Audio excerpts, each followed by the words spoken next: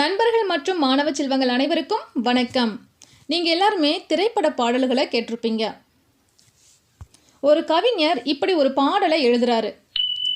அழகோவியம் உயிரானது. அழகான ஒரு ஓவியம் உயிர் பெற்றுவிட்டால் எப்படி இருக்கும் அப்படின்னு சொல்லிட்டு அவருடைய கற்பனையில் ஒரு வர்ணனையோடு இந்த பாடலை எழுதியிருப்பார். அடுத்து ஒரு கவிஞர் இப்படி ஒரு பாடலை எழுதுறாரு. தஞ்சாவூர் மண்ணை எடுத்து தாமிரபரணி தண்ணியை விட்டு சேர்த்து சேர்த்து செஞ்சது இந்த பொம்மை. இது பொம்மை இல்லை உண்மை.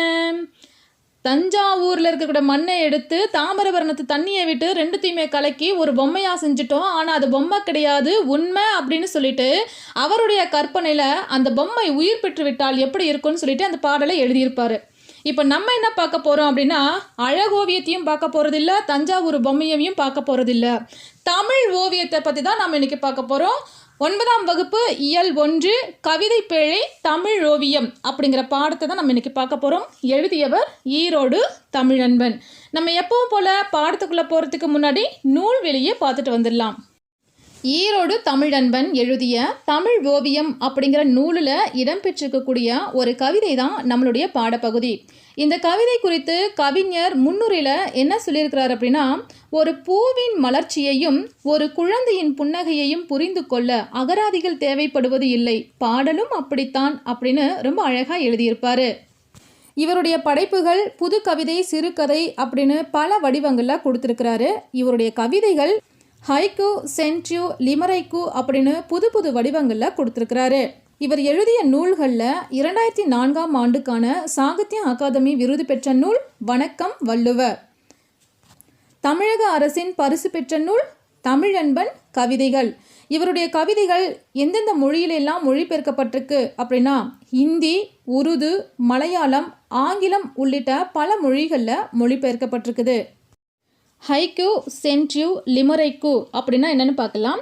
ஹைக்கூ இது துலிப்பா என்றும் அழைக்கப்படுகிறது. 16ஆம் நூற்றாண்டில் ஜப்பானில் தோன்றிய பழமையான ரென்கா பாடல்கள் மரபிலிருந்து இந்த ஹைக்கூ கவிதைகள் உருவானது. இந்த கவிதையை தமிழுக்கு அறிமுகம் செய்தவர் பாரதியார்.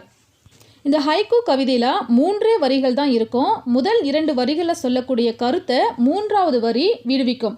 உதாரணத்துக்கு பாருங்கள், அகதி முகாம் மழையில் வருகிறது மண் வாசனை. இந்த கவிதையை நீங்கள் நல்லா கவனித்து பார்த்தீங்க அப்படின்னா ரொம்ப ஆழமான கருப்பொருள் கொண்டதாக இருக்கும். அடுத்தது பாருங்கள், சென்ட்ரியோ இதனுடைய வேறு பெயர் நகைப்பா. இது ரொம்ப இயல்பான நிலையில் எழுதக்கூடிய ஒரு கவிதை. அன்றாட வாழ்க்கையில் நடக்கக்கூடிய நிகழ்வுகள், குறும்புத்தனங்கள், நகைச்சுவைகள் இது எல்லாத்தையுமே கலந்து எழுதக்கூடிய ஒரு கவிதை. அடுத்தது பார்த்திங்கன்னா லிமரைக்கூ.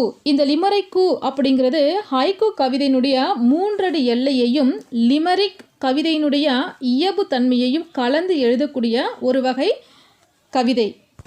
சரி, வாங்க நாம் இப்போது பாடத்துக்குள்ளே போகலாம். நுழையும் முன்.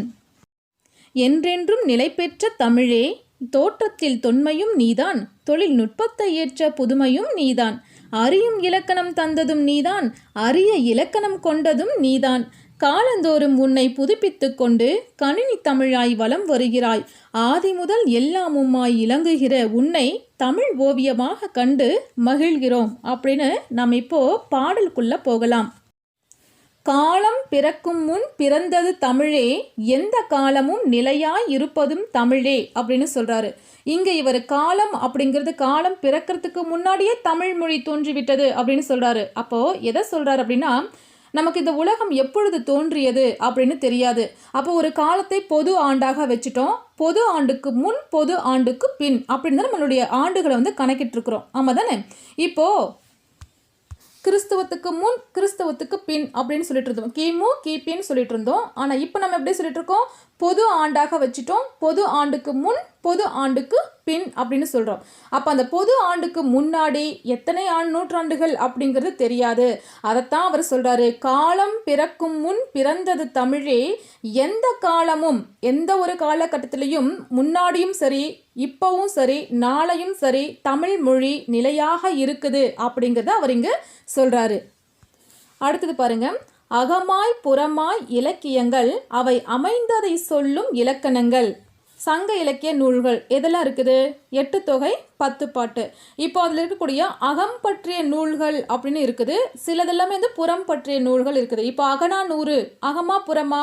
அகத்தை பற்றிய நூல். புறநானூறு புறத்தை பற்றி சொல்லக்கூடிய நூல்கள். அதைத்தான் இங்கே சொல்கிறாரு. அகமாய் புறமாய் இலக்கியங்கள் அவை அமைந்ததை சொல்லும் இலக்கணங்கள். இந்த அகமும் புறத்தை பற்றிய இலக்கியங்களை பற்றி இலக்கணங்களில் அதனை பற்றி தெளிவாக சொல்கிறாங்க. எப்படி? இப்போ வந்து தொல்காப்பியர் எழுதின தொல்காப்பியம் அப்படிங்கிற நூலில் பார்த்தீங்கன்னா அகத்தை பற்றி, அகம் அப்படின்னா என்ன, இல்லற வாழ்வை பற்றி சொல்லக்கூடியது தான் இந்த அகம். புறம் அப்படிங்கிறது போர் முறைகளை பற்றி சொல்லக்கூடியது. இது வந்து புறப்பொருள் வெண்பா மாலை அப்படிங்கிற நூலில் தெளிவாக சொல்லியிருப்பாங்க. அந்த புறப்பொருள் வெண்பா மாலை அப்படிங்கிறது ஒரு இலக்கண நூல். இதை தான் இங்கே சொல்கிறாங்க. அகமாய் புறமாய் இலக்கியங்கள் அவை அமைந்ததை சொல்லும் இலக்கணங்கள் நிகரிலா காப்பிய பூவனங்கள் அப்படிங்கிறாரு.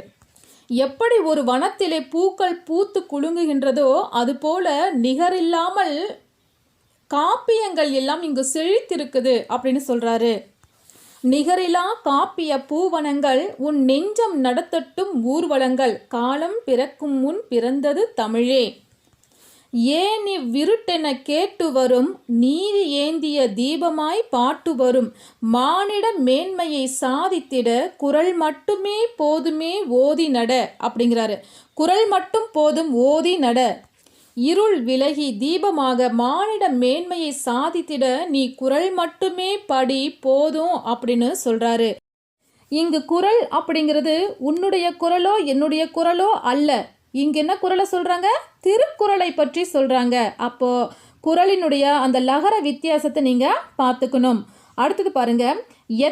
எத்தனை சமயங்கள் தமிழ் ஏந்தி வளர்த்தது தாயெனவே அப்படிங்கிறாங்க. ஒன்றல்ல இரண்டல்ல 1000 சமயங்கள் இருக்குது. இந்த சமயங்கள் எல்லாமே போட்டிக்கிட்டது தாய்மொழியாக தமிழை கருதி அந்த தாய்மொழியான தமிழிலேயே பல நூல்களை எல்லாம் யாத்திருக்கிறார்கள். இப்போ ஒரு சமயம் வளர்ப்பதற்காக ஒரு நாட்டுக்கு போகிறாங்க. சமணர்கள் இருக்காங்க.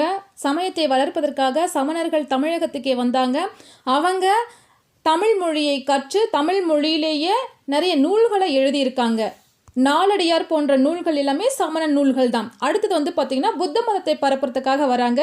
அவர்களும் வந்து தமிழ் மொழியை படிச்சுட்டு தமிழ் மொழியிலேயே வந்து நிறைய நூல்களை எல்லாம் வந்து எழுதியிருக்காங்க.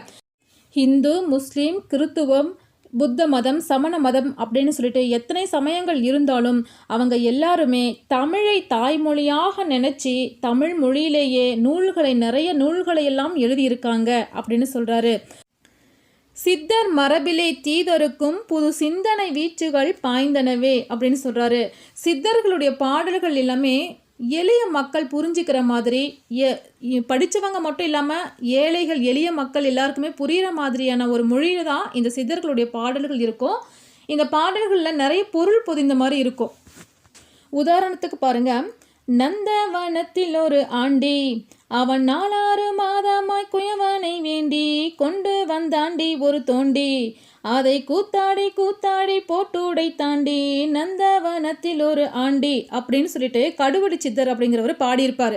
இந்த பாடல்களை நம்ம நல்லா கூர்ந்து கவனித்து பார்த்தோம் அப்படின்னா இதில் நிறைய பொருள் இருக்கிற மாதிரி இருக்கும். அடுத்தது பாருங்க. விரலை மடக்கியவன் இசையில்லை எழில் வீணையில் என்று சொல்வது போல் குறைகள் சொல்வதை விட்டு புது கோலம் புனைந்து தமிழ் வளர்ப்பாய் அப்படிங்கிறாரு. ஒரு அழகான வீணை உன்னுடைய கையில் கொடுக்குறாங்க. அதை எப்படி வாசிக்க முடியும்? வாசிக்கிறதுக்கு என்ன தேவை இருக்குது? விரல் வேண்டும். அந்த விரலை நீ மடக்கி வச்சுக்கிட்ட அப்படின்னா நம்ம அந்த இசையை வாசிக்க முடியுமா? இசை பிறக்குமா? பிறக்காது. அந்த மாதிரி எல்லாத்துலேயுமே குறைகளை கண்டுபிடிப்பதையெல்லாம் நீங்கள் விட்டுட்டு புது கோலம் புனைந்து தமிழ் வளர்ப்பாய் அப்படின்னு ரொம்ப அழகாக அந்த தமிழ் ஓவியம் அப்படிங்கிற இந்த பாடலில் ரொம்ப அழகாக வந்து ஈரோடு தமிழன்பன் விளக்கி சொல்லியிருக்கிறாரு. அடுத்தது வந்து இங்கே நமக்கு பாடத்தில் இலக்கண குறிப்பு கொடுத்துருக்காங்க. எத்தனை விட்டு ஒன்றுக்கு மேற்பட்ட வார்த்தைகள் அடுக்கி வந்தால் அது அடுக்கு தொடர்கள். அப்போ இது ரெண்டுமே அடுக்கு தொடர்கள். ஏந்தி இகரம் ஈற்றில் வருது. அப்போ அது வினை எச்சம். ஏந்தி சென்றான். அப்போ அது வந்து ஒரு ஏந்தி என்பது எதையோ ஒன்று ஏந்தி இருக்கிறான், அப்போ அது செயலை குறிக்கிறதுனால இது வினையெச்சம். காலமும் என்கின்ற ஒரே ஒரு தான் வந்திருக்குது, அதனால இது முற்றுமை. இப்போ அவளும் அவனும் 2 வந்துச்சுன்னா அது எண்ணுமை, இதில் ஒரே ஒரு உருபு தான் வருது, அப்போ இது முற்றுமை. அடுத்தது பகுபத உறுப்பிலக்கணம். வளர்ப்பாய், வளர் கூட்டல் இப்பு கூட்டல் ஆய், வளர்ப்பாய். வளர் என்பது பகுதி, இப்பு என்பது சந்தி. அடுத்து இப்பு அப்படிங்கிறது எதிர்கால இடைநிலை, இப்பும் இவ்வும் எதிர்காலத்தை குறிக்கக்கூடிய இடைநிலைகள். ஆய் என்பது முன்னிலை ஒருமை வினைமுற்று விகுதி. அப்படின்னா முன்னிலை அப்படின்னா முன்னாடி இருக்கிறவங்க, ஒருமை அப்படின்னா ஒருத்தரை குறிக்கக்கூடியது, வினைமுற்று விகுதி என்றால் அந்த வார்த்தை முற்று பெற்று விட்டது. அப்போ வளர்ப்பாய் என்பது ஆய், இதில் முன்னிலை ஒருமை வினைமுற்று விகுதி. தெரிந்து தெளிவோம். இனிமையும் நீர்மையும் தமிழெனில் ஆகும். இடம்பெற்றுள்ள நூல் பிங்கள நிகண்டு. யாமறிந்த மொழிகளிலே தமிழ் மொழி போல் இனிதாவதெங்கும் காணோம் கூறியவர் பாரதியார். உங்களுக்கு தெரியுமா? உலக தமிழ்மொழி நாள் பிப்ரவரி 21. தமிழை ஆட்சி மொழியாக கொண்ட நாடுகள் இலங்கை, சிங்கப்பூர். இதுக்கு முன்னாடி பாடத்தில் நம்ம ஒன்று பார்த்தோம், உங்களுக்கு ஞாபகம் இருக்குதா? மொரிசியஸ், இலங்கை உள்ளிட்ட நாடுகளின் பணத்தாள்களில் தமிழ் மொழி இடம்பெற்றுள்ளது. இங்கே தமிழை ஆட்சி மொழியாக கொண்ட நாடுகள் இலங்கை, சிங்கப்பூர்.